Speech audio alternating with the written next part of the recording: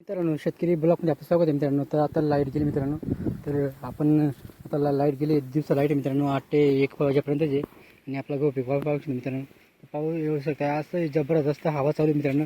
तर मी पाहू शकता की गहू किती प्रमाणात हालचाल करत आहे. गहू पीक पाहू शकतो मित्रांनो. असं जोरजोराने हवा सुरू आहे मित्रांनो. तर आपला गहू आहे ना, काही ठिकाणी डायरेक्ट पडून जातो आहे, कारण की त्या पाणी भरल्यामुळे त्याचे जे जागा असते ते ढिली होऊन जाते. म्हणजे ते भुसभुशीत जमीन होऊन म्हणून ते पाणी भरल्यानंतर डायरेक्ट गहू खाली पडून जातं आहे मित्रांनो. तर त्या ठिकाणी जे आहे गहू, त्या ठिकाणी आपण पाणी भरते गहू खाली परत जात होतो. म्हणून आपण ज्या इकडच्या गहू त्याला पाणी लावलं. इकडं पाणी भरल्यानंतर काय पडलेलं नाही गहू. ज्या जागामध्ये त्या काही जागामध्ये थोडं फरक आहे. ज्या जागामध्ये असे दगड आहेत, त्या जागामध्ये पूर्ण मातीच आहे, म्हणून तिकडं काही पडले गेलेलं गहू नाही आहे. आणि ते इकडे आहे चांगलं, तर इकडं काय पडत नाही मित्रांनो.